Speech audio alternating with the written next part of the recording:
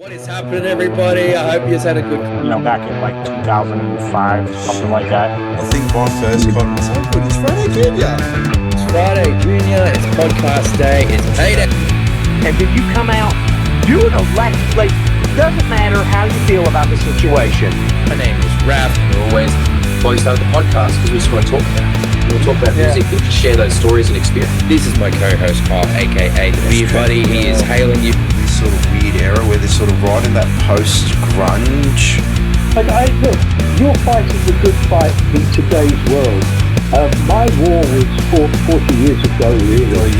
We are the two dudes who talk music, and we are here. Hey, I'm too quick on that air horn button, mate. How you doing? Yeah, that is amazing. I love it. You're second on the dude. Fantastic.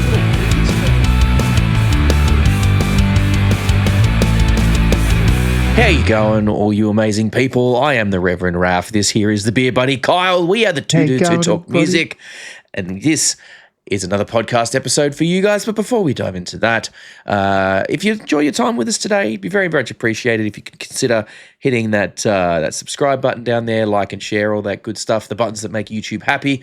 We are trying to grow the channel. We've been trying to pump out a whole bunch more content for you guys recently, and it's nice to we want to be honest with you guys. We never want to sensationalize or clickbait anything, so it just means a lot if you guys want to click that, and it makes sure that you don't miss our videos. If you like what we do and you're entertained by it, it just helps to make sure that you get all the videos. So yep, if you could hit that, and if you had a good time, that'd be amazing.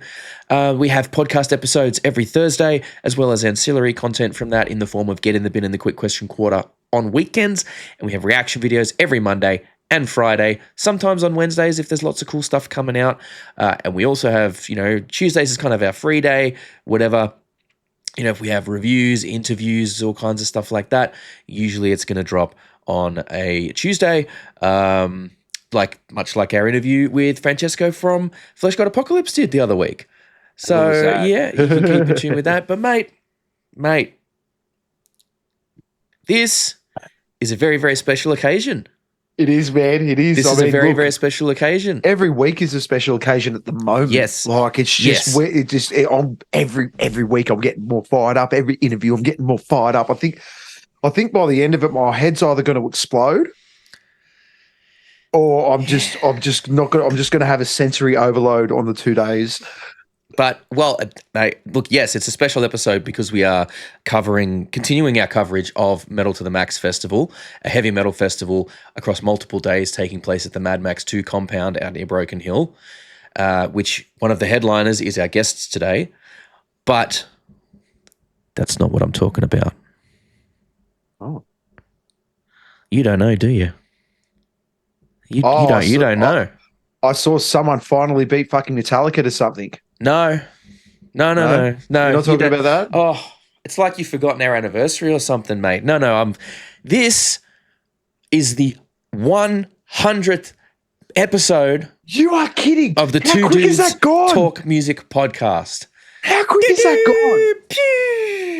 Imagine streamers and confetti and all of that shit. Oh, man, I feel like 100. Yep, turn the disco ball around. Get the helmet on. Yeah, you can't get it over your headphones, but Oh no, that's not going to work. Just But yes, this that is awesome. This is episode 100 of the Two Dudes Talk Music podcast. Oh wow! When we started it, we're a little slow to get there because we had originally we were only doing every fortnight in that first kind of 6-month period or whatever. Yeah. But then we started kicking things up to every week.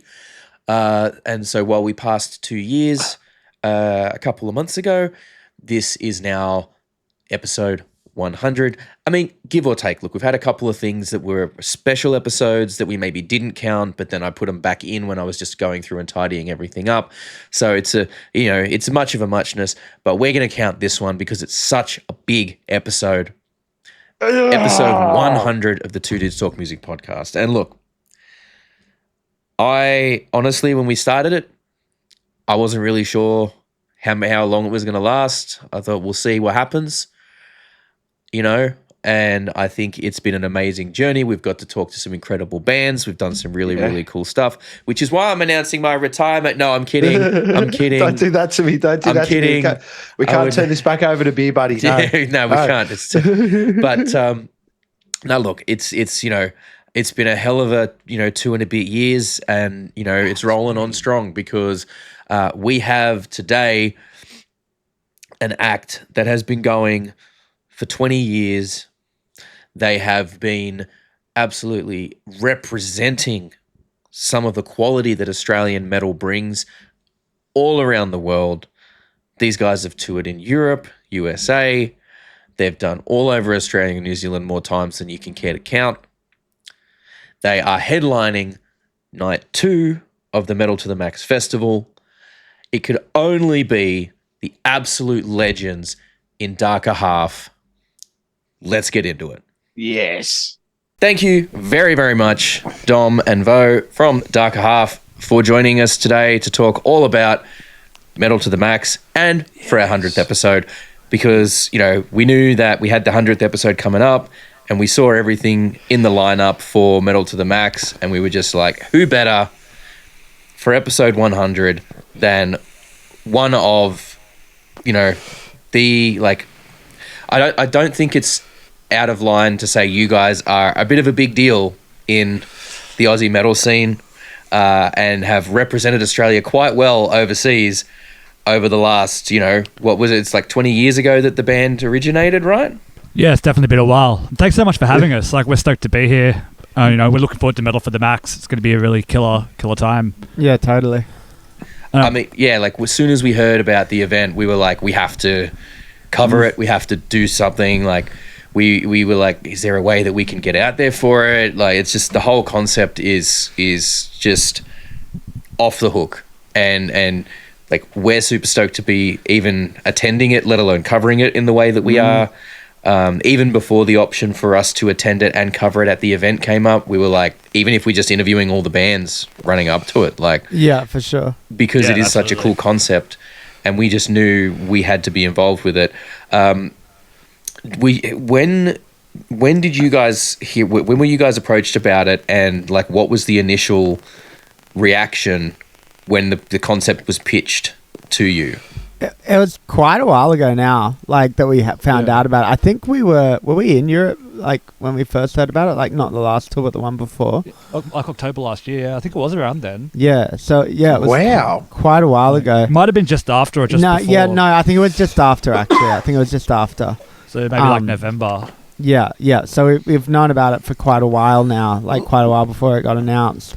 And we were just our first instinct was who the hell goes to Broken Hill to play a gig? This will be mad fun. And then we knew all the Mad Max stuff, and it was going to be at the compound, and like you said, it seemed like one of those things that was just going to line up really well and be like, okay, we definitely want to be a part of this. Straight from the outset, we'd got offered the headline spot, and we're like, fuck, okay, this is going to be really perfect for us. It's going to time out right with other stuff we've got planned, and it'll be great fun. But especially with the attention that you guys are getting sort of overseas and that now, it's really good that you guys are headlining, because it puts it at the forefront of an international audience as well. Yeah, right.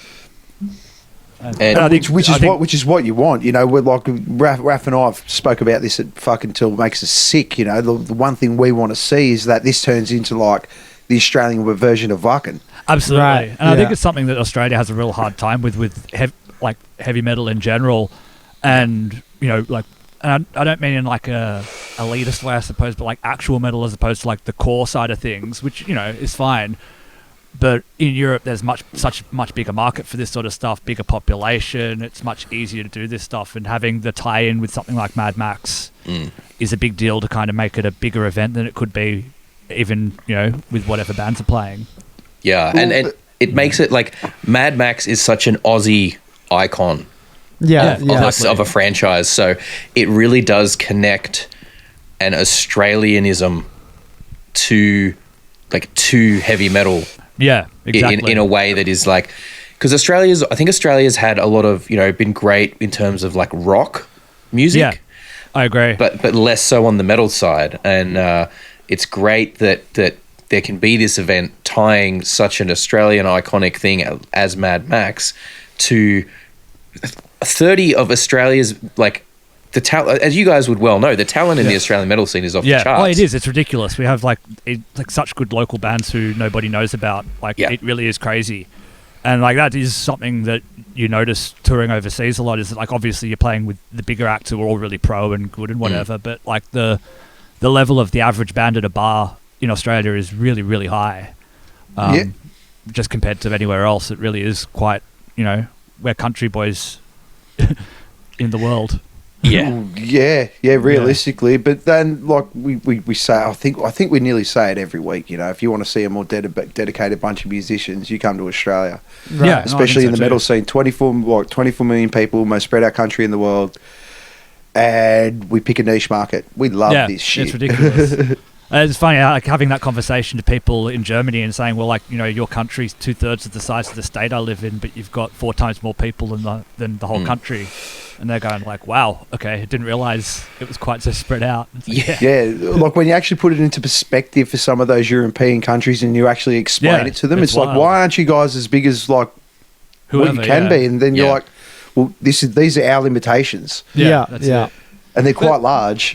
It's interesting though, because the flip side can be true as well. Like when we first started getting supports with some of the international acts touring, like, I'm talking sort of 10, 15 years ago, when we first started doing it, the list of bands we've played with of like quite big acts is really long. And when we talk to bookers over there about like trying to get on a bill with some of these bands, it's like, well, you'd be competing with all these other bands that are so much bigger than what we are. It's like, okay, so there is a kind of two-way street there that can work. You do get to play with some pretty cool artists in Australia that you might not get the chance to overseas, because even the support act would be a pretty big well-known band. But the thing is as well, like, I'm sure you guys have experienced this a lot. I know, so I've certainly spoken to other bands that have had a similar experience where, you guys go overseas and you can play to like packed rooms night after night. You're getting 4 figures of people in the rooms regularly over there. You do a festival over there where you're playing to, 5 figures of people, and then you'll come back to Australia and, it'll be a struggle to get 100 people in the room. Yeah. At your local. And like, and that's, the audience is just not here to make it viable for as many people as want to make it viable for themselves. That I think you're definitely right. But I think also, compared to even 10 years ago, we have so many more international tours in Australia that I think local acts have a harder time standing out. Even than they used to, in a sense. Because I know when we first started playing regularly in like the metal scene, I guess you'd say, I'm not talking about like Iron Maidens or Metallicas or anything like that, but you're sort of, big bands, but mid-level bands like Ed Guy or this is more power metal, I guess, side of things. But when I first started playing, they played to like 100 people, and we supported Stradivarius, and I think there was about 150 people at that, and Halloween was maybe 300-400. And you talk about these numbers in Europe, and people are like, wow, that's insane. And it's like, yeah, but that's the thing. It's just the genre isn't big here. And then you've got a huge amount of tours because, from the Europeans' point of view, coming out to Australia is a big deal, whether the shows are big or not. It's it's fun. It's a big journey. All the bookers here are really good at making it an experience, because they are used to bigger shows.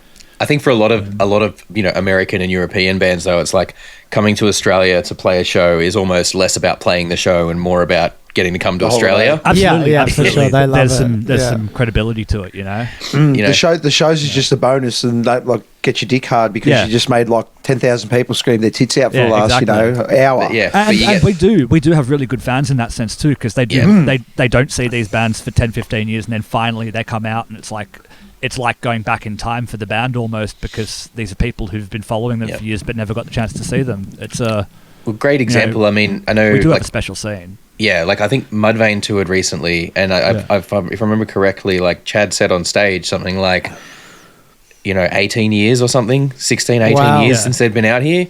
Like, and granted, they've had hiatus and he's done different things in the interim, and there's been a lot of reasons why that's the case, but like, I'd never seen them before. Like, I've been a Mudvayne fan since, the not the LD50 era, sorry, the what is it? The one that had Happy on it. Right. The third album, I think it is. And and so I just had never had the opportunity to see them live before, and so that when they toured, I had to do it, or for another band, for obvious reasons, Pantera, which whatever people's thoughts are about whether it counts as seeing Pantera or seeing a tribute band or not, such a long time since they've been out here. Absolutely. And which is why and so the fans turned up for it. Yeah. Did you go? I didn't get to go. I went to I went to Knotfest in Brisbane, Yeah. and unfortunately it was not a great set from them, because the sound cut out during the first song. Yeah, I heard about that. Yeah. So just and there the was front of issues house through the whole set, wasn't there? Just the front of house cut out though. So on all the lights were working. Their on stage sound was working. So they're ripping it up, Right. and everyone in the crowd's just like, what's going on? Yeah. And then there was audio issues for the whole set, which was really disappointing because you could barely hear the guitar. And for Pantera, there's such a guitar driven thing. Like time. metal in general is guitar driven, but like especially for a band like Pantera, it's the riffs make it. And it was it was a little disappointing in that regard. And that was the air just got sucked out of the whole place when the power went out, and it kind of just killed the initial energy, I think. But I heard that the Sydney and Melbourne shows were quite good. Yeah. I had a couple of friends that went, they just said this. Yeah. Yeah. Oh, cool. So we mentioned a little, we kind of touched on this earlier, that Darker Half's been a band for like 20 years now, right? Just about, yeah. Far out. You guys met in high school, yeah? Yeah, well, I started the band in high school. It was friends of mine in high school were the first lineup, but it hasn't been anyone that I was in high school with, well, except my brother, for 20 years nearly. They left pretty much just after high school, which is fine. Yeah. I mean, it happens. Yeah, absolutely. It's awesome that you kept it going. And I understand that in the early days, you guys kind of had some sneaky shows in pubs that maybe probably shouldn't have happened. Maybe shouldn't have happened. Yeah, we did. We had some pretty interesting times. Like we played our first shows when I would have been 16, 17. Dom would have been 15. Not in Darker Half, but playing in another band in the same little group of bands. And we did a bunch of pub shows at places like the Annandale Hotel and Bat and Ball and a few other bars in Sydney. But we also played a bunch of Chinese karaoke clubs, which never asked for IDs or anything. Wasn't there one in Blacktown? Oh, we did. Maybe. We played a school hall. What was? Wasn't there a karaoke bar in Blacktown? There might have been. This is in the middle be. of Sydney, in the city. Yeah. No, I think I went to the one.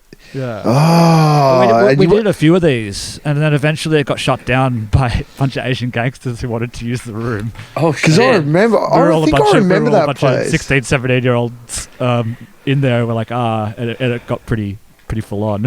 Oh wow! I mean, you're not going to argue with the Yakuza. Get the fuck out. And they were good though, because they never really asked any questions. And we could get a whole bunch of our friends in there, and this is when we're in high school, so get a whole bunch of friends in there who want to have some beers and whatnot. I mean, could never do it these days. Could never do it. No way. Not. Yeah. Wouldn't happen in a million years today. No way. Yeah. And for that matter, at a couple of those bar shows, we did get kicked out of the shows before we got to play because of our age. Wow. And, it wasn't fun. Yeah. Those sort of things. Yeah.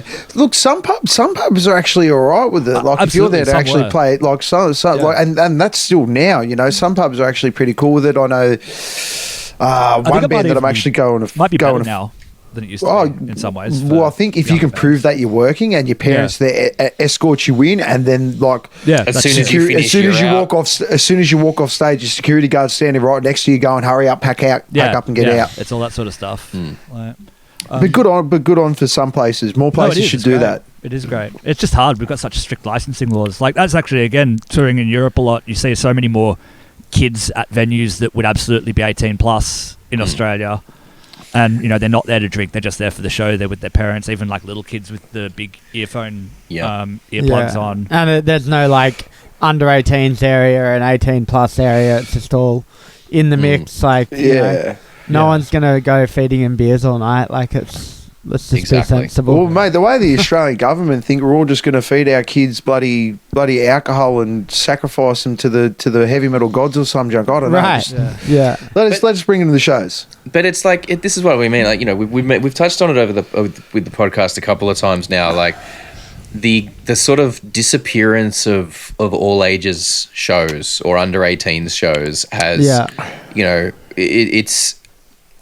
I don't want to say it's damaged things, but it does make it a little harder for people to find that inspiration and that spark at a young age and just really embrace it, you know? Yeah, like, for sure. I mean, my biggest inspiration growing up was like, you know, I was fortunate enough to have a dad that worked in the music industry, and he would take us to gigs and stuff like that. And like, I got to see so many shows before I turned 18, you know, and that was what made me want to do it more than anything. Like, I loved listening to records and stuff like that too, but it was mostly just seeing it live and going, yeah, I want to fucking do that, you know? The whole circus of it, just kind of everything about it, you know? Yeah. I mean, I don't know what PCYCs do these days, if they still allow people to put shows on there for the kids. I saw Jonathan Devoy and Jerk there when I was fucking 16, man. Oh, no way. PCYC in Granville. That was like, what, 21 years ago now. I'm good friends with Jono. Dude, John's great. We've had him on the podcast, and we've both been fortunate enough to work with him musically. You know, that was such a big thing for me personally when Raff asked me and Devoy was drumming. That was such a pleasure to work with him. Like, that ticked the box for me, you know. And just like, where's those places for those kids to cut their teeth and have that big band to go work those? Because that's the thing. I'm going to try and say this as the least non-threatening way as possible. I don't like if I'm a musician, I don't want to sell music to people my age. Right, yeah. Do you know what I mean? I'm trying to get them when I got into music, when I was a teenager. You know what I mean? Those are the ones that you're trying to capture and grab. Yeah. And like up here in Brisbane, you know, there's a group of bands called they kind of have a group, this loose organisation called the Schema Collective, and they will, in conjunction with like the Brisbane government and the local government areas, they put on free all ages shows at skate parks. Oh, nice. It's a great effort, and it's like, one, you know, you're inviting kids to engage in skating and art and music in a way that is not patronizing. It's not intimidating to them. It's not like saying, dude, you know, but it helps give them a positive creative outlet, and which potentially keeps them out of a more, you know, keeps them off like from getting involved in you know, in getting in stuff they shouldn't get involved with, right? Yeah. And you know, I've like played on one of them, and with a band that I've no longer got happening, but you know, they were like, you know, there was like a group of girls or something at one of them, and they're like, yeah, they, after seeing the bands play, they like literally were talking to one of the organizers, and we're like, yeah, like we think after today we want to like start learning music and do a band and everything. And it's like, it's great because that kind of stuff needs to be happening like everywhere. Like, we need to see something like that happening in Sydney. We need to see that happening in Melbourne. We need to see that in, you know, and just if movements like that can sort of pop up, it's really going to reinvigorate the music scene and really drive that as well, because you're not only creating fans, you're creating bands, you're creating interest in music. You can show these local government areas that these are popular events, so there should be venues to support these events as well. Yeah, that can put them on. It'd be great to see for next year, maybe a couple of under 18 bands to actually play the show next year. Right, Metal to the Max next year. Yeah, wouldn't that be cool? Just to open the day, or something. You know what I mean? Like. Yeah, absolutely. Like, if you can find them and they can get out there, that's always the hard part with that, is the organisation factor and the support structure. Absolutely. It's a real big one. As Dom said before, like, our dad played in bands through the 80s and stuff, and so he's been fairly understanding of how difficult some of this stuff can be when we were younger. So, but you know, it's difficult, and coming through you know, getting through that sort of teenage, early 20s thing and keeping something together is quite difficult.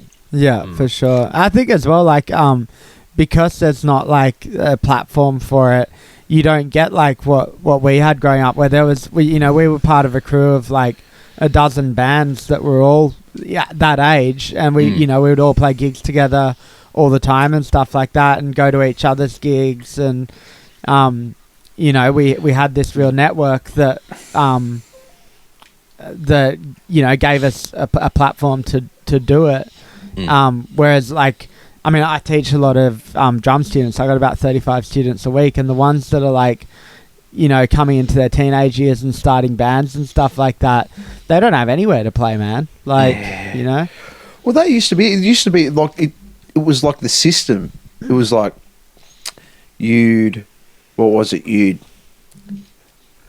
your local show when you were like 13, 14 or whatever, or you're just starting to play the guitar, and you'd go see your local bands at your local youth centre or whatever. Yeah, exactly. There was your first goal. Yeah. I want to start a band and I'll play at that youth centre. Exactly. Yeah, exactly. Build, and then you do that for a couple of years, and you cut your teeth, and then you turn 18, and it's like, all right, we're ready for the pubs. Let's go to the pubs and start putting on mad shows. It gave you those goals. It gave you something to. It didn't give you this much. It gave you steps, and it gave you small things to work towards, rather than giving you, we're 18 now, we've got to go try and conquer the world and conquer every pub there.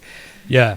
And that's actually a huge point. Like, when you did the intro to this today, you said like, that we're like a big deal. We've done all this stuff, and I'm like, oh fuck, we actually have. But in the process of doing that, it feels like such a long slog, And then even, it's like I'm pretty proud of where we are in a lot of ways, but there's so many bands that are so much bigger than what we are, and like, it'd be nice to be whatever level further, Yeah, there's a long way to go. Absolutely. And it's kind of like, I can only imagine, like, when we started, you couldn't see everything that was going on so easily. You could see your little area. You could see maybe Australia. You knew that Europe was the promised land, so to speak. But you couldn't really see what was going on like you could nowadays. And I think that it's just such a different perspective than what it was. That's it. It's like, it's easier for a band to get broader attention now in some ways, because you've got that reach due to the internet and streaming platforms and everything, but it's really broad. And it's a saturated market too. It's a saturated market. You're not, if you're starting a band these days and you're trying to get your music out there and playing, even if you're out there playing at local shows, you're competing with everyone everywhere else all the time. You're not just competing with the bands in your area. You're competing with everything else online. When we started, we absolutely not competing, I suppose. It is the right word, but it's also, you know what I mean. But if people in Australia wanted music, all within this little, exactly, this little wheelhouse, and it kind of grew together. And there were other little places all over the place that had their little booms and whatever. But well, it's the whole thing. It's like, you decide to open the door of starting a band, and when you open that door, and realise there's another 30,000 people that have opened that door probably at the same time. And you've all walked in at the same time, and you're all standing there in the exact same room with the exact same idea at the exact same time, and you all got to. Everyone's got the same goal. They all got to move in the same direction. I think the other problem as well of not having the as many opportunities for local shows, for under 18s shows, for these artists and bands that are under 18 to actually perform in front of people now, means that they're less prepared when they turn 18 and can get out there on the stage. Yeah, that's probably true. Yeah. If you've gone and played like even a couple of dozen, if you've gone and played like a couple of dozen shows before you turn 18, like you've already got a massive leg up on people that are 18 and are playing their first shows and have only ever played in a rehearsal space or their bedrooms, right? Absolutely. You know that you know how the flow of a gig works, how you've got a certain amount of time to set up, load out. You know that you want to keep your shit out of the way of other people, and you know how to do that. You know how to keep track of your gear. You know to move around and look at the audience rather than looking at your hands the whole time. You know so many different things that you can only learn by gigging. Yeah. And it's funny as well, because young musicians, as musicians, they're better than ever.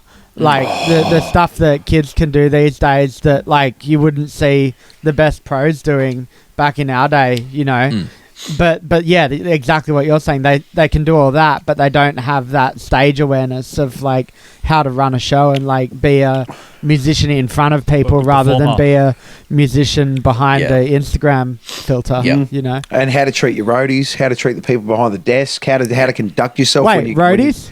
Excuse me? You guys are getting roadies? Not even that. You know, just the people that are setting stuff up and, you know, you know, just all those little bits of intricate little bits and details, you know? Yeah.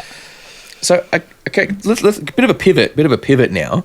I wanted to ask you guys about, I mean, obviously you guys have toured in Europe and America and you've kind of done, you know, all over the world representing Australian music there. But today, or just this weekend at the time of filming, we kind of had in the world of heavy metal a bit of an unprecedented event. Right. In Gojira playing the opening ceremony of the Paris Olympics. Can I just say I'm so happy someone beat Metallica to something. Right? Yes. Yeah. And yes. It was an unreal performance. And having that, you know, be such an integral, not just an integral part of it, but they didn't cut it on the broadcast. It was sent out to the whole world, billions of people watching that. I'm seeing videos online and so many comments of people going, I'm a metalhead. How have I never heard of Gojira until now? Right, and so one, great, like they're getting their props, you know, which is amazing. Yeah. I think that something like that speaks to the way that Europeans view metal versus the way Australians view metal. very much for so. sure. And even America. Well, I mean, Gojira's cherished in France. You know, like they're a national treasure. Well, I think just on how metal's viewed, I think America is actually a lot more similar to Australia, but again, they've got 10 times the population. Yeah, and the cities to support it. Where Europe does see it differently, and like I know one of the things that I've noticed we're in Europe is that even when they're thinking about Australian bands to compare us to, they'll be talking about bands like Airborne and Jet. Even though, like, over in Australia, we'd never be compared to those bands. It'd be like metal's we're not considered. Obviously, we're not a big band, but we're not considered underground in our style. It's considered and not just that. There is in Australia there is a very clear line drawn in the sand between rock and metal. Exactly, and it's like you have rockers and you have metalheads. Yeah, there's no real transfer. And over there, the crowd definitely sees us with one foot in either camp. Where over here, we're definitely a metal band. Okay. And it's like, that's not something, it's just something I've noticed as we've been touring more, like the sorts of bands that people would compare us to, I guess. Yeah. Well, I guess in Europe, it's weird. It's like when you have a look at even some of the styles of metal, it's built around the architecture, that real gothic European architecture and stuff like that. You know, there's music built around it. Like there's absolutely. Yeah, so it's in some ways it is a part of their history. I mean, I've heard comments of people saying that if Mozart was born today, he'd be playing in a death metal band. Right. Yeah. Yeah. Well, I mean, you know, that's just it. Like we had, you know, we literally. I mean, again, at time of recording, you know, this is a couple of days ago. At time of release, this will be a few weeks ago. We just interviewed Francesco from Flesh God Apocalypse, nice. An Italian metal band, and they are literally doing opera metal at the moment. You know, like it's just, and I literally one of the points that I had noted down that I didn't kind of get to make in the interview was exactly that. Like, I think if you had a lot of classical and Baroque era composers, if you were to give them you know, today's technology with it, they would absolutely have implemented heavy guitars, like heavy metal elements into their orchestrations because it is just so grandiose and epic in a way that, you know, a lot of other styles kind of seem to lack, at least in you know, I mean, in my view. And I think, you know, the fact that you see such a higher concentration per capita of metal bands throughout Europe, again, speaks to the different approach, the different mentality around it, that it's just generally a more like, oh, okay, cool, yeah, it's a metal band, okay, cool. Like, it's not like, oh, I don't understand that or whatever. It's like, yeah, it's cool. Like, you do your thing. Like, it's less of a, I don't understand that and that's different, so I'm going to just sort of distance from it. It's like, okay, cool. I think part of that as well is what you touched on before, that we had such a big rock and roll boom in the 80s here, and our rock and roll is really heavy. It's like, a band like Cold Chisel or something is heavier than a band like Europe. And I think AC/DC as well is often considered to be by some people in kind of the metal category, even though they to us metalheads they're more of a rock band. So it's and it doesn't even really tip into the hard rock. Yeah, you know what I mean. Like, if you want to talk like us extreme sort of like heavy people, AC/DC is like that's rock. Yeah. And then you can get heavier than that, and that still sits in the rock category. Yeah, right. Yeah, gotcha. Yeah. Like there's just some great differences, I think, between, a vast difference between, how it's viewed, I guess, in the two cultures. And I don't know if that's, the age of the countries and the cultures sort of developing their own personalities. Australia only having a much lesser time to develop, a couple of 100 years versus Europe having thousands of years of culture, I guess.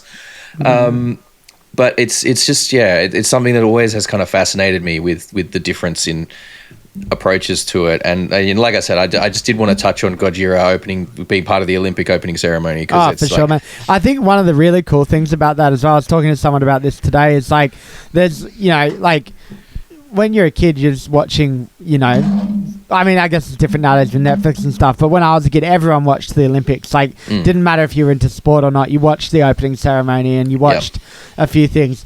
And so there's like all these thousands and thousands of kids out there that's their first experience of heavy metal is Gojira opening the Olympic Games with like fire going everywhere and some headless chick in a old prison. Like, and it was a sick performance. That setup was wild. Like I know, right? Yeah. All the different balconies. Like they were wired in, right? Like they would have had to be. They were. They would have had to be. I don't think, even if it was for the Olympics, I don't think you could have gotten me out on one of those platforms. Like, you could have said you're harnessed in. You're not going anywhere. I would have said, give me a fucking railing, or I'm not going out. I'm sorry. Even if I fell, dangerous. I would have landed in the floor. My dick would have been so rock hard from playing in that, knowing that. I just would have landed like a pole.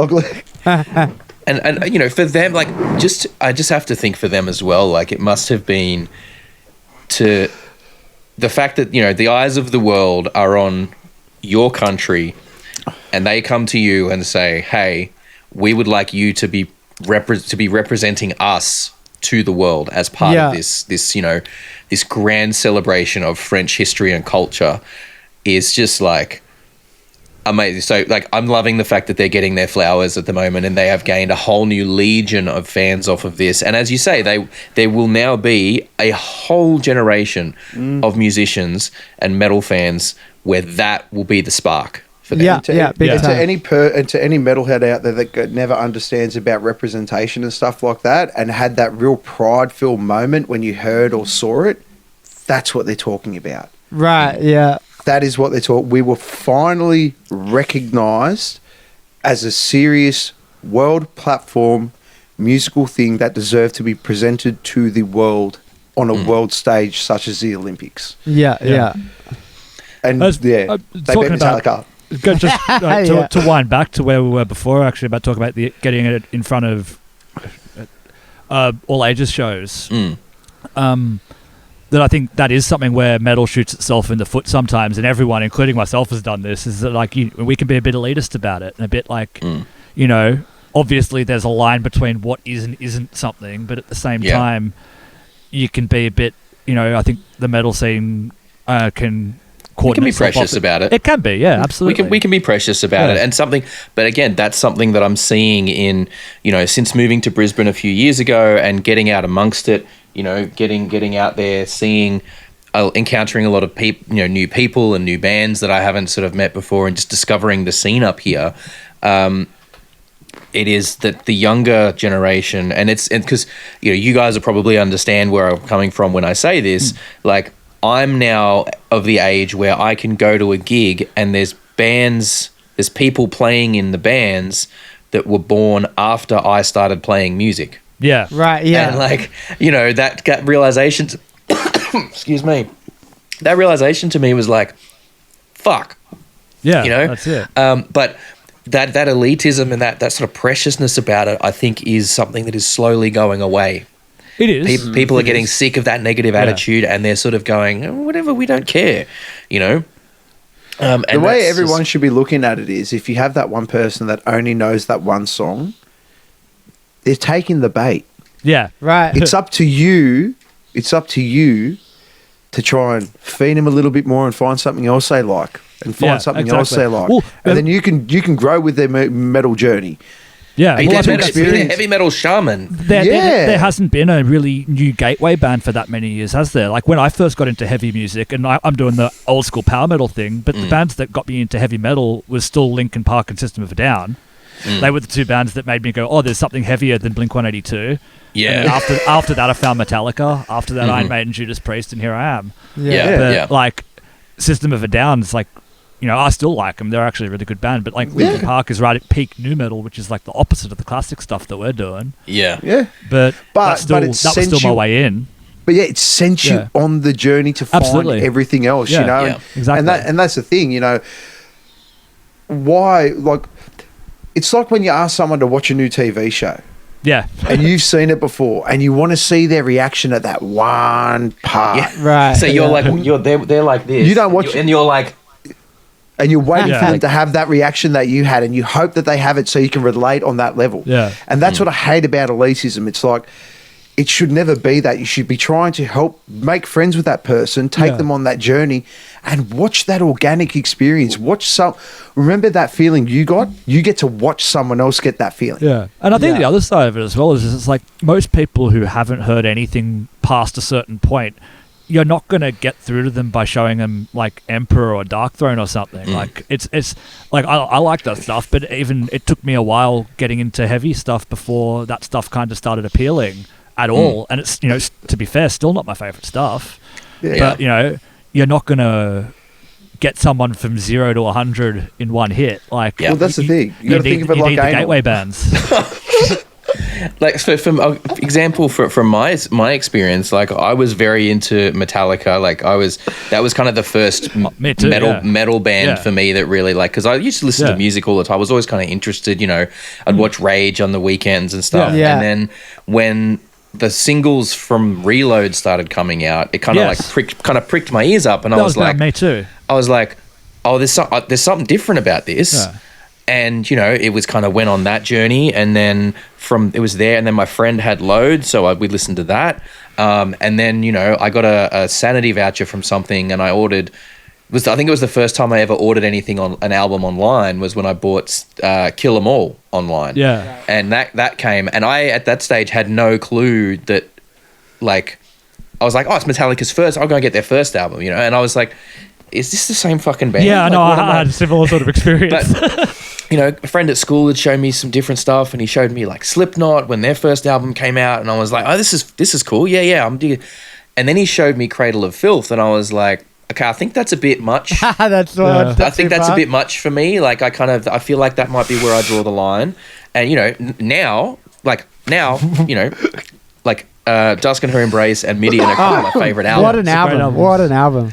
And, you know, and I'll go in on bands like Black Tongue and Bro Job and, you know, all these bands that are doing like this, Wage War, that are doing like this just super down-tuned, like super low, really, really extreme, you know, pushing the boundaries of how low and heavy you can kind of go with some of these tunings and riffs.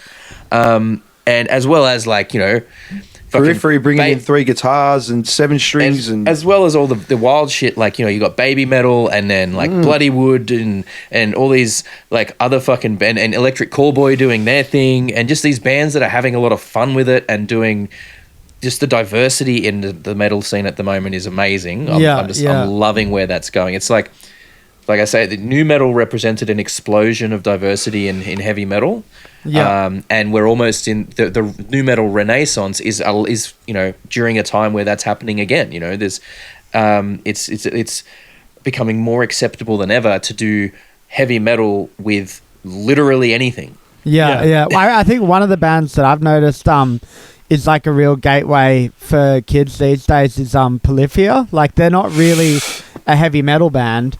I mean, they call themselves the greatest heavy metal band ever, I think, or they used to in their social media just for fun. But yeah, like a lot of kids are like hearing that, and you know, they already are used to like the trap beats and stuff, but they've never heard it done, you know, with real drums, with real guitars and stuff like that before. And then it hits like the chorus, and it's pretty heavy and like, you know, distorted guitars and stuff like that. And then they seek out a bit more and, you know, find. I mean, just the features. I think it's the way he approaches his writing, the amount of stuff that he's actually done for rappers and stuff like that as well. Yeah. Like the amount of writing that is it Tom Henson or Tim Henson. Tim Henson, yeah, whatever is the. Sorry, dude, I got your name wrong. You are the goat. You are the goat. There is a reason why they wrote the song "Goat." Right. But yeah, I mean, like, have you ever heard of a band called Unprocessed? No, I haven't. If you dig Polyphia, check out Unprocessed. It's Polyphia, but with a shit ton of vocals. And I'm actually going to show Raff a bit of their stuff on the next reaction. It's going to be my suggestion to him, just because I want to see his face when he sees some of the bass parts. Yeah, sick. Yeah, that's awesome. Yeah. But you're right, like the gateway bands are important, and the crossover that's happening as well. Like you're seeing a lot of rappers that are engaging with metal bands, and rap is almost incorporating a lot of metal elements vocally as well. You're getting kind of a lot of the rhythmic stuff, yeah, absolutely. Screaming type of rap that's come around. That's you know, that's approaching vocals from a way that a lot of heavy metal vocalists have for a while. It's a really shit example, but Takeshi 69 does it reasonably well when he screams. Do I have to look at him while he's doing it? I can't stand looking at that guy. But you mentioned it there as well. Like there's like trap elements that are working their way into certain metal bands as well, and the you know, you got bands like Dropout Kings that are doing essentially new metal with like trap beats and I think one thing with all that sort of stuff is just from a being in a band point of view. When we recorded our first album and even earlier, like the first demos and EPs and stuff, it was a completely different process almost. Like we did use Pro Tools and stuff, but it was very much. You had to go to a studio still. You couldn't you could make something at home that sounded good, but not if you were 17 and didn't have a lot of money to buy the gear, you know? Yeah. No. Well, not just that, we didn't have the plugins. Well, that's it. Right, yeah, that's it. Too. Like you still had to have a decent room to have a 5150 or something equivalent in, or a nice Marshall, and you needed space to mic it up and do all that shit. So it's definitely a lot easier to try stuff out these days, especially just speaking of miking up amps and shit. Like up until the last couple of releases, until we started reamping, it was you couldn't redo stuff after that so easily either. You were so much more limited to how much time you had to get everything done. And so I think, you know, you went in, I think it's two-sided, because I think you went into the studio a lot more prepared in some ways, and you were a lot quicker, but you didn't get to experiment as much with what you could, and you couldn't do as much with the studio. Yeah, whereas now you've got more freedom to experiment, like you say, and just you know, dabble in stuff and be like, hey, what if we just tried this really out of left field idea? Right. Whereas before it's like, well, we don't really have the budget, so we don't want to take that swing, right? Again, I still think it's two-sided, because I think it's great to be able to experiment, but you can also waste a ton of time trying a bunch of bullshit and going, okay, we just spent a day doing nothing because we wanted to see what fucking popcorn sounded like or some bullshit. But there's an audience for you now. Whatever you're doing, whatever you're experimenting, whatever your niche blend of styles is, there's an audience for you. You know, you just got to find it. You know, the amount of bands I've discovered in the last sort of 4 years from TikTok is crazy. Like TikTok is the #1 music discovery platform at the moment. Yeah, it's pretty crazy. Well, did you see Spotify coming after TikTok? Yeah, we're not going to get into that. It's a whole thing, but TikTok's got the space. I'm sorry, you're not going to beat TikTok by doing exactly what TikTok does. No. Well, and if you don't make any profit, Spotify, I don't think you're going to be able to have the fundage to pay for the lawyers to win anything, since you're not making any money. You know, that's what you're telling us all. So I don't know where you're going to get this imaginary money from to pay for all the lawyers. The best example, right, is, you know, look at when Facebook made, you know, really opened things up for video on the platform. Right. You know, Facebook opened up for video, and they tried to... It was a direct competition to YouTube. They tried to basically do, like, we don't want people to leave Facebook to watch something on YouTube. Yeah. So we're just going to let people upload these longer videos onto Facebook. And then live stream. And it didn't work. Yeah. Because it was already established. You're not going to beat the market leader by doing exactly what the market leader is doing. Right. Because they're already people have already got what you have to do is something different. Yeah, I mean, people hated when Avenged Sevenfold did that Metallica album. Which one? Well, yeah, look, I'm sure you've heard the mashup of with Sad But True on the thing, and it's like the same fucking song. But look, in all seriousness, though, I mean, you can say the same thing about it was a good album. And shit like that. It was a great album as well. But yeah, look, Matt Heafy does a great James Hetfield impression. Dude, 100%. But at the end of the day, in a world where there already was a Metallica and Dad was already listening to Metallica, when I found Trivium and I showed Dad Trivium and he went, "These were mad," I was like, "Well, Trivium's my thing." But you know what? Right, that's I guess something we just that's went to weird too. Is together. that if you'd asked me sort of when I first started this band, so imagine I'm 18 or whatever, and you said, "Oh, who are the biggest metal bands in 20 years going to be?" Firstly, I'd say ourselves and got it wrong. But I wouldn't have said Iron Maiden, Judas Priest, and Metallica. Still, Yeah, I would have thought all these bands would be gone by now. Honestly, I think it's amazing that they're all still going and still going as strong as they are. well, that's it. I mean, Like, we were in Germany recently when Metallica was doing that Munich show and all that stuff, and it was all over the country. It was the only thing the promotion was insane. And Metallica is now reaching. I realize, Metallica is rapidly approaching the Black Sabbath called it after 45 years, right? Yeah, Metallica is rapidly approaching 45 years. yeah. And I have a very, very strong suspicion that their current global tour that they're in the middle of is going to be the last. Yeah, right. That's my gut feeling. I'm like, look, they're all into their 60s now. Yeah. If not their 60s, then their late 50s. Like, they're getting up there, and they are, they're doing this whole like 2-show package thing where it's like, both they're selling it like sets. A package for 2 nights, and you get different sets every night, and and they're kind of doing that 1 show a weekend almost, or 2 shows a weekend in the same city, and kind of and they've done America, and now they're kind of doing Europe. I have a feeling that over the course of the tour, which is going to last probably a few years, once they wrap it up, I have a very, very strong feling they're going to go, okay, that's kind of it. Yeah. I reckon they got one more album. They got one more massive farewell tour thing. Like, they'll announce it properly. They'll do the whole thing properly. It'll be this mega world fucking tour and it'll be that thing. Yeah. It'll be 4 shows in every city. You'll be able to buy 2 to every night or whatever. They'll just spend a week in every city, and they'll go out with a record. They'll go out with some stupid fucking record. Well, I think they're a band that wants to go out on top. So they missed out on the Olympics. Maybe doing it on this tour, like you're suggesting, is going out on top, because I mean the new album was successful. Personally, I preferred Hardwired to the 72 Seasons. Yeah, don't get me started on 72 Seasons. I'm not a huge fan of that album, to be honest with you. I'll give one good thing. It's probably the best drum sound Lars has had. Very good drum sound. It's so big. Yeah. But I guess the other thing is, like, even like, we're putting out our 5th album soon, and it's already really hard to pick set lists. Like, honestly, if you want to do something, and I have people at shows who've seen us way back, were like, "Oh, why don't you play this old song or whatever?" And it's like, well, time's time, unfortunately. Like, that's really, and you do have to push the new stuff, blah blah blah. We've got a new lineup who want to play the stuff that they're on, all those sorts of things, and they're all reasonable.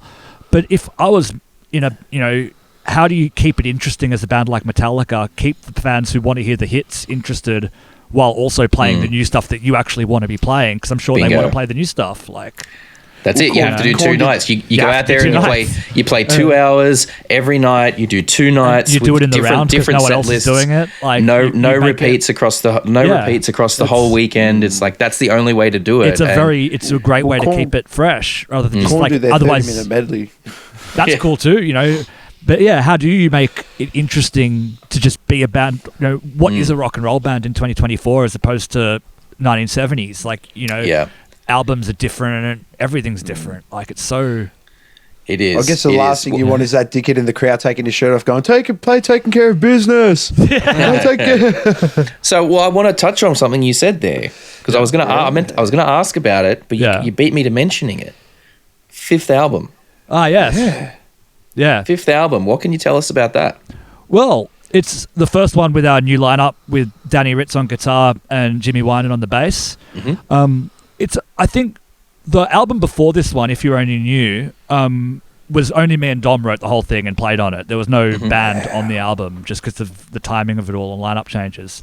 So I think this album's a really a natural progression in that sense because we've just added 2 new people. No one got there's no voice that got replaced. Yeah. In a sense. So we've added more, but nothing's been taken away. Okay. And Danny's written quite a significant amount of music for it. Oh, wow. And both Danny and Jimmy contributed some lyrics here and there in a collaborative sense, which is pretty new. Yeah. Like pretty much every songwriting session was the whole band there together. So there was maybe a handful of sessions that were just me and Vo, and Danny had demoed some stuff before bringing it up. But like every song was completed with every band member present at the time, which is new for us, Yeah, and like not in a because I used to really write most of the songs, not everything, but a lot of the songs on my own, and then we'd bring them in and we'd change stuff and work out how to put it together as a band. But the initial thing was often much more on my own. Where this time, how was that for the both of you? Like having that collaborative effort, did it take a lot of pressure off and give you a bit more sort of room to explore? Yeah, but it was also partly out of having the time to be able to do that too, and having people who had the schedules at the time to be able to put in that effort as well. It's not trying to have a dig at anyone who used to be in the band or that I was trying to do it all on my own or anything either, but just the way things played out, I'd write most of it and we'd do it that way.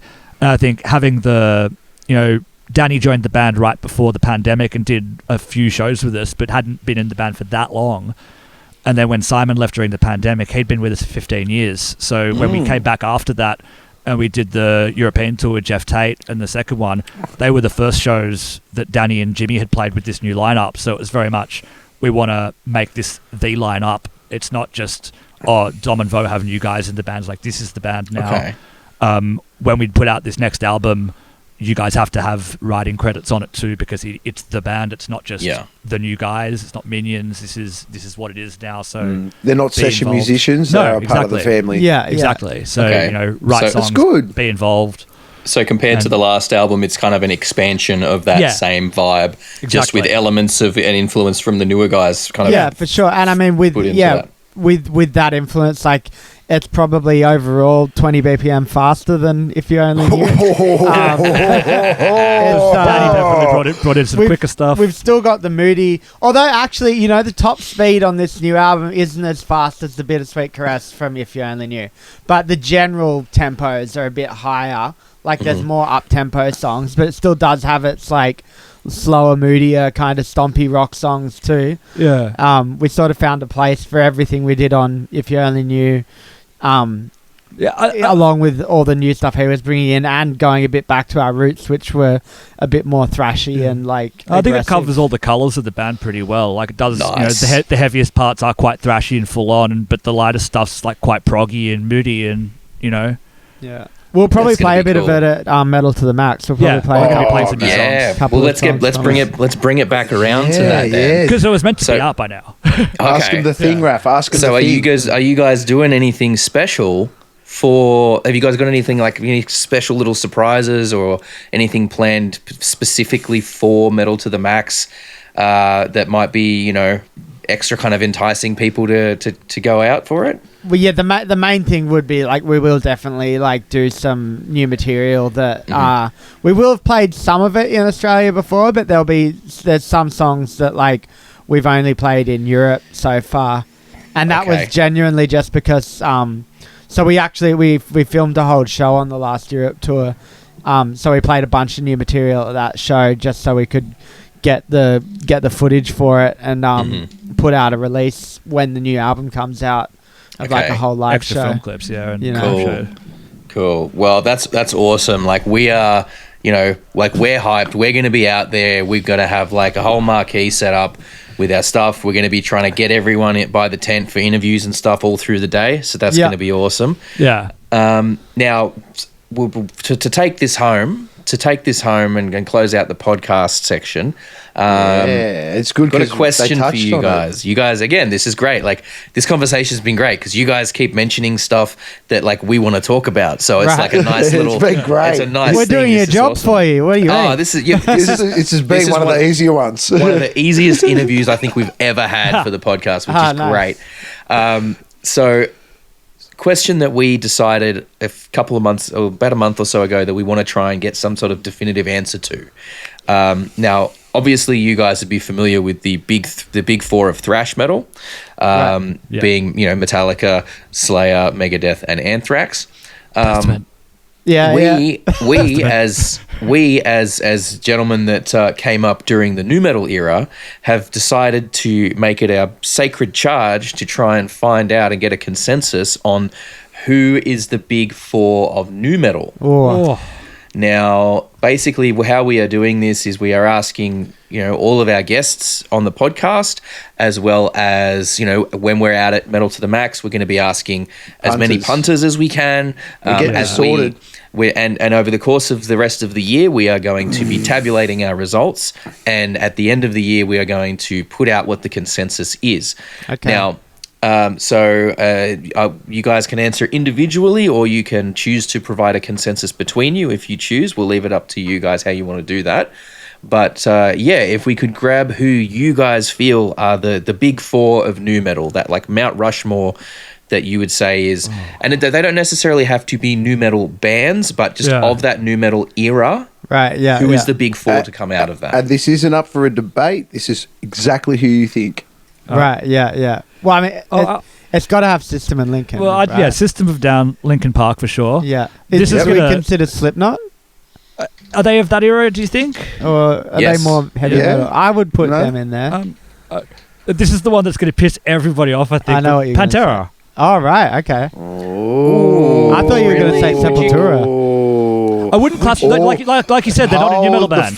They're not a new metal band. No, I wouldn't call them a new metal band. I'm not saying they're a new metal band. But like what Roots did, like I think so much stuff that became new metal was so influenced by Pantera, and so much of what happened post Pantera's peak and in that era was influenced by them. I'm not saying they're a new metal band, but I think they are a huge part of that evolution of metal. But I don't think you could put them in the big four for that reason. Like same thing with like Roots was like definitely influenced bands like Korn and Slipknot and stuff like that, but you wouldn't call Sepultura a new metal band. Well, who would your fourth be then? If you've got System, Lincoln, and Slipknot. Look, man, we'll let you know. Machine Head has been thrown into the mix, so it is up there. Like, well, I'd put them in the same sort of category as Pantera too, in that sense. Right. Okay. That not actually a new metal band, but had a lot of influence in it and had stuff going on at the same time. But they did break new ground and really sort of.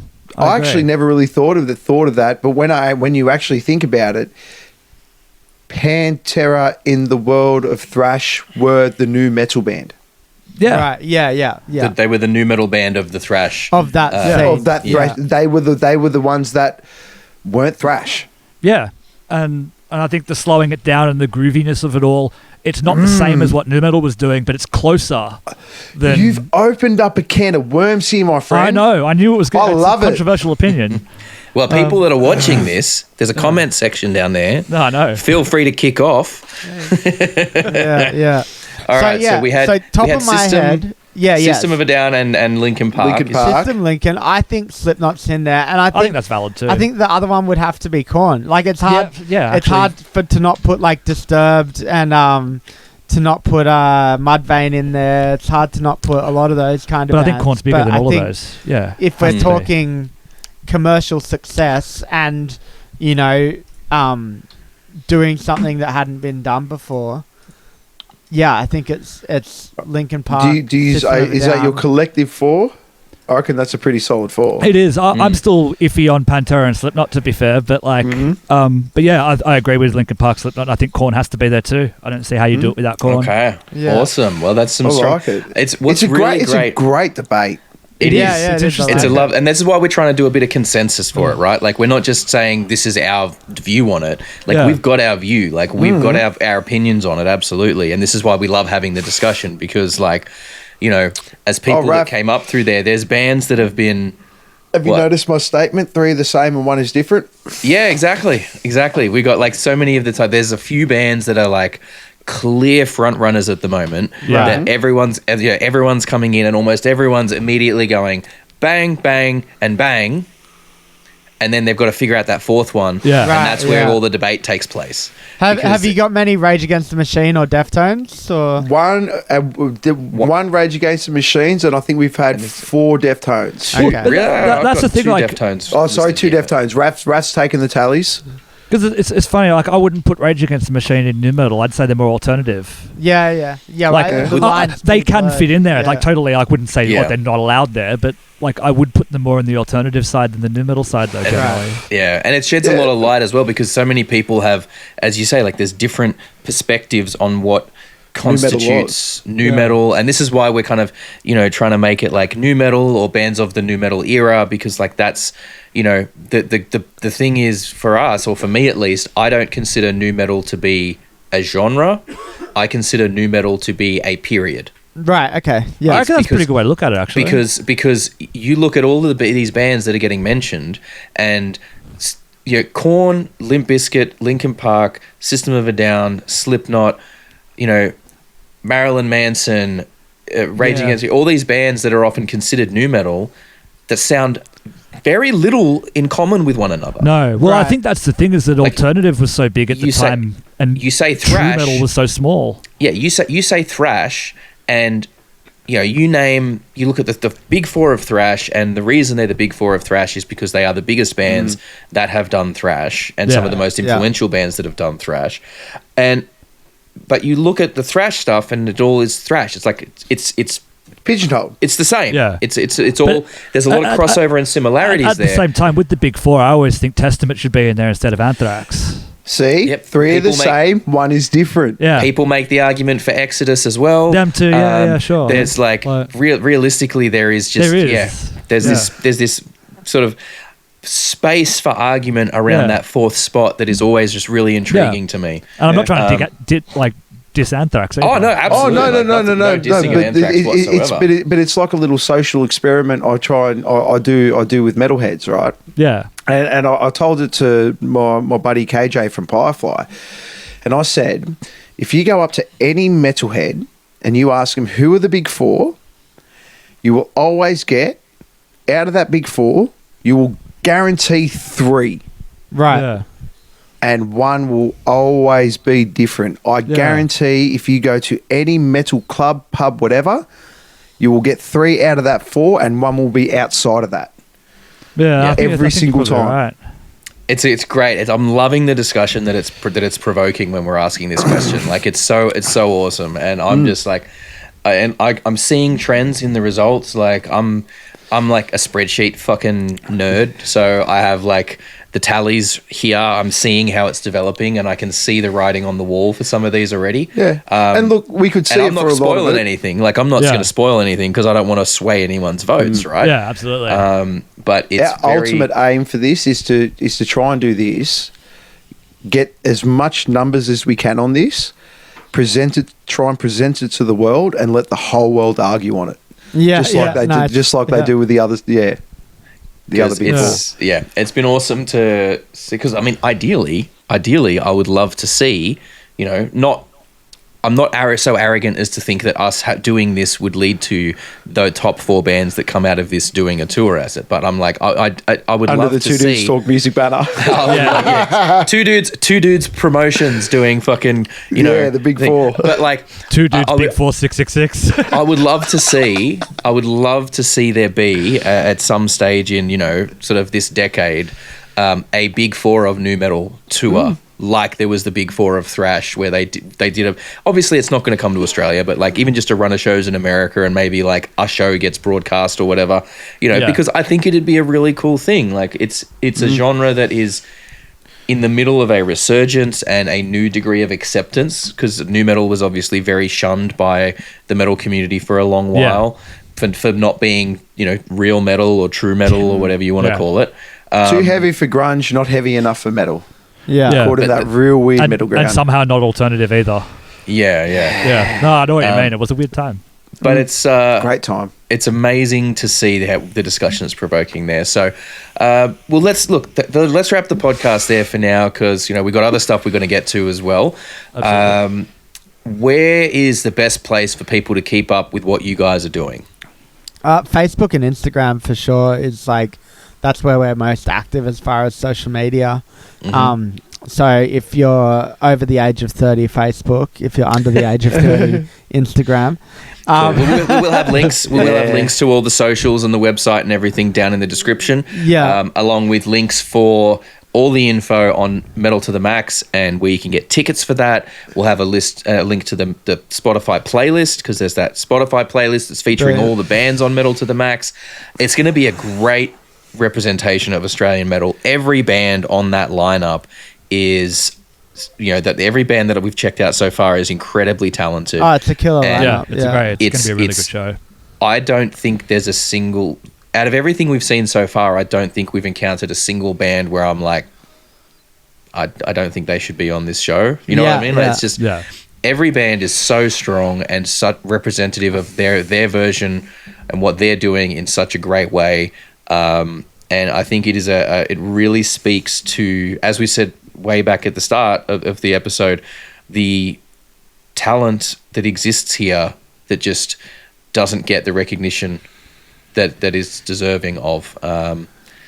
And we're so excited to get out there for this fucking thing. It's talking while the bands are just making us more excited. I want it. I want to get there. Yeah, I can't wait. It's going to be a hell of a lot of fun. It's going to be a good hang as well because, we've got so many mates in all the other bands. It's going to, we're probably, at first we weren't sure how we were going to get there, whether we were going to play some shows on the way and stuff like that. But now it's looking like, we'd rather spend the weekend there, so we might just go but we're playing the second night. Mm-hmm. So it's just going to be hard to manage the hangover. To be well behaved enough on the first night. Look. You guys have exactly. You guys could have naps during the day and stuff like that. So look, come by the Two Dudes tent. We'll make sure we got waters for you. We'll we're planning to try and have. I'll have plenty of vitamin B with me. We'll try and have some slabs of water that we're going to have for bands when they pop by and everything. So it's, we're going to try and take care of you guys for sure.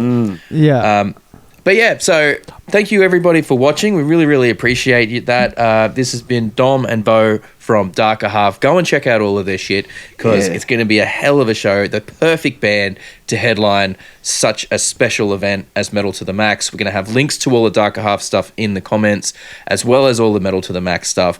So definitely go and check that out. Massive, massive thank you to Dom and Bo for taking the time to chat with us today. You guys are amazing. Please come by the tent when we're out there at Metal to the Max because we want to say hi in person and have more of a chat because I feel like we could probably have you guys on and just chat for hours if we really absolutely if we really wanted to. Thank you very much everyone for watching. Thank you to my co-host Kyle. I have been Reverend Raff. We have been Two Dudes Who Talk Music. They are Darker Half and we'll catch you guys next time. Peace out. Thanks so much guys. Thanks so much.